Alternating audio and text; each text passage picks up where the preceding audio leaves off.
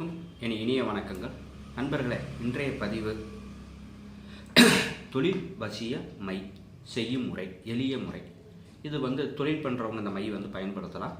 ரெண்டாவது மார்க்கெட்டிங் ஃபீல்டில் இருக்கிறவங்க இந்த மை பயன்படுத்தலாம். இந்த மை எப்படி செய்யணுங்கிறத ரொம்ப சிம்பிளாக அவங்களுக்காக இந்த மை முறையை சொல்லித்தரேன். பொருள் செலவும் பெரிய பொருள் செலவும் கிடையாது.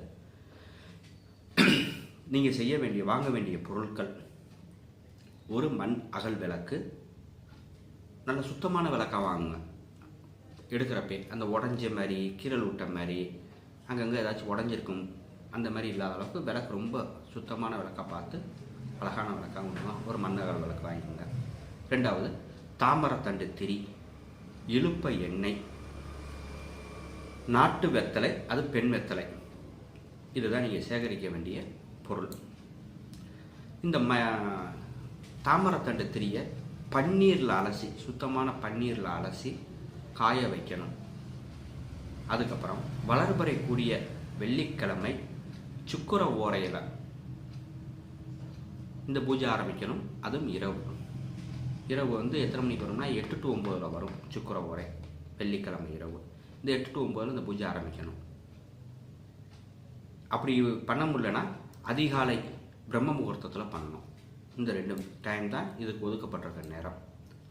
இந்த திரியை காய வச்சு எடுத்து வச்சுக்கோங்க. இந்த விளக்கில் சுத்தமான மஞ்சள் குங்குமம் வச்சு விளக்கு வடக்கு முகமாக வைத்து திரியை உள்ளே போட்டு இழுப்பெண்ணெயை ஊற்றி அம்பாள் நினைத்து, மோகினி தாயை நினைத்து மந்திர உச்சாரணம் பண்ணணும். எப்படி மந்திரம்? முதல் ஒரு 108 முறை விளக்கை ஏற்றிட்டு மந்திர உச்சாரணம் பண்ணுங்கள்.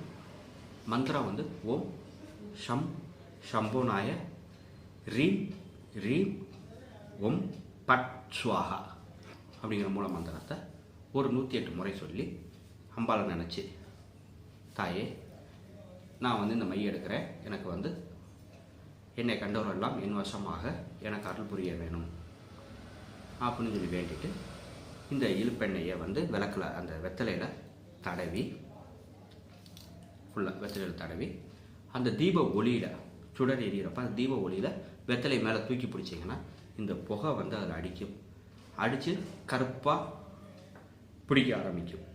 கொஞ்சம் பிடிச்சதுக்கப்புறம் ஒரு செம்பு டப்பா, செம்பில் ஒரு டப்பா எடுத்துக்கங்க. இந்த மாதிரி ஒரு டப்பா, ஒரு செம்பு டப்பா ஒன்று எடுத்து அந்த டப்பாவில் கைப்படாமல் ஒரு பத்தி குச்சியோ அல்லது ஃபிலிம் நம்ம பழைய ஃபிலிம் பார்த்துருப்பீங்க, நெகட்டிவில் இருக்கணும் ஃபிலிம், அந்த ஃபிலிம் மாதிரி கைப்படாமல் அந்த கருப்பை வலித்து அந்த டப்பாவில் சேகரிங்க. பத்தி குச்சியில் வலிக்கலாம், வெள்ளி கம்பியில் வலிக்கலாம், இல்லை ஃபிலிம் ரோல் கைப்படக்கூடாது, வலித்து அந்த டப்பாவில் சேகரிங்க. இதே மாதிரி இந்த மை சேகரிக்கிறப்ப நீங்கள் சொல்ல வேண்டிய மந்திரம் இதே தான். ஓம் ஷம் ஷம்போநாய ரீம் ரீம் ஓம் பட் ஸ்வாஹா. மந்திர திருப்பி கடைசியில் சொல்கிறேன், நோட் பண்ணி வச்சுக்கோங்க. சரிங்க. அப்புறம் இதேமாரி ஃபுல்லாக மந்திர உச்சாரணம் பண்ணிக்கிட்டே சேகரிச்சுக்கிட்டு முடித்ததுக்கப்புறம் அன்னைக்கு உங்களால் எவ்வளோ சேகரிக்க முடியுமோ அவ்வளோ சேகரிச்சுக்கோங்க. சேகரிச்சதுக்கப்புறம் பூஜையை முடிச்சுட்டு திருப்பி மறுநாள் வெத்தலை மேலே இந்த மை டப்பாவை வச்சு, தரையில் வைக்கக்கூடாது, வெத்தலை மேலே சாமி படத்துக்கிட்ட அந்த டப்பாவை வச்சு மூடியை திறந்து வச்சுட்டு ஒரு அகர்பத்தி, சாம்பிராணி, சூடம் ஏற்றி வழிபாடு பண்ணி, வேறு படையலுங்கிற மாதிரி எதுவும் கிடையாது, பத்தி சூடம் சாம்பிராணி மட்டும் ஏற்றி மோகினி தாயை நினச்சி, சுக்கிர பகவானை நினச்சி, என்னை கண்டவரெல்லாம் என் வசமாகணும், அதுக்கு அருள் புரியுங்க அப்படின்னு அந்த மந்திரத்தை, அந்த மை டப்பாவை பார்த்துக்கிட்டே மந்திரம் உச்சாரணம் கொடுக்கணும். தினமும் 108 முறை. இது மாதிரி 7 நாட்கள் உருவேற்றுங்க. ஃபுல்லாக மந்திர உச்சாரணம் கொடுத்துட்டே இருங்க. 7 நாள் முடிஞ்சதுக்கப்புறம் இதில் கலக்க வேண்டியது உங்களால் முடிஞ்ச வாசனை திரவியங்கள் கலந்துக்குங்க. வாசனை திரவியங்கள்ங்கிறது அத்தர், ஜவ்வாது, இந்த மாதிரி வாசனை திரவியங்கள் மட்டும் சேர்த்துங்க. கொஞ்சம் லைட்டாக சேர்த்துங்க. சேர்த்து மை நல்லா குச்சியை வச்சு, பத்தி குச்சி இல்லை வெள்ளி கம்பி வச்சு நல்லா கலந்து மந்திர உச்சாரணம் பண்ணுங்கள் வெத்தலையில் வச்சு. ஓம் ஷம் சம்போனாய ரீம் ரீம் பட் ஸ்வாஹா. ஓம் பட் ஸ்வாஹா அப்படின்னு சொல்லணும். சரிங்களா? ஓம் ஷம் சம்போனாய ரீம் ரீம் ஓம் பட் ஸ்வாஹா அப்படிங்கிற மந்திரத்தை உச்சாரணம் பண்ணுங்க. பண்ணி அதுக்கப்புறம் கைப்படாமல் இந்த பத்தி குச்சிலேயே மையை எடுத்து விரலில் வைத்து 2 புருவங்களும் தடவுங்க. இந்த இடம் இப்படி தடவிடுங்க. பெண்ணாகி இருந்தால் அதே மாதிரி இங்கே தடவிட்டு இங்கே வைங்க. சும்மா நெத்தியில் வைக்க வேண்டியது இல்லை. சரிங்களா? புருவத்தில் லைட்டாக இந்த புருவம் லைட்டாக தடவி விட்டு இங்கே இப்படி தடவிடுங்க. அவ்வளோதான். இந்த மை வைக்கிறப்ப சுத்தமாக இருக்கணும். புரிஞ்சுக்குங்க. மை வைக்கிறப்ப விதிமுறை இதுதான், சுத்தமாக இருக்கணும். சப்போஸ் நம்ம சுத்தம் இல்லாமல் போயிட்டோம், இது பெண்கள் பயன்படுத்தினா மாதவிடாய் காலங்களில் இந்த மையை பயன்படுத்தக்கூடாது. 2வது, ஒரு தீட்டு வீட்டுக்கு போகிறோம்னா இந்த மையை இருக்கக்கூடாது. அப்போ என்ன செய்யணும்? தீட்டு வீட்டுக்கு போகிற மாதிரி இருந்தால் முகத்தை அலம்பிடணும். சுத்தமாக அலம்பிட்டு தான் உள்ளே போகணும். இல்லைன்னா மை உயிர் இழந்துடும். மைக்கு உயிரற்ற நிலைமை ஆயிரும்.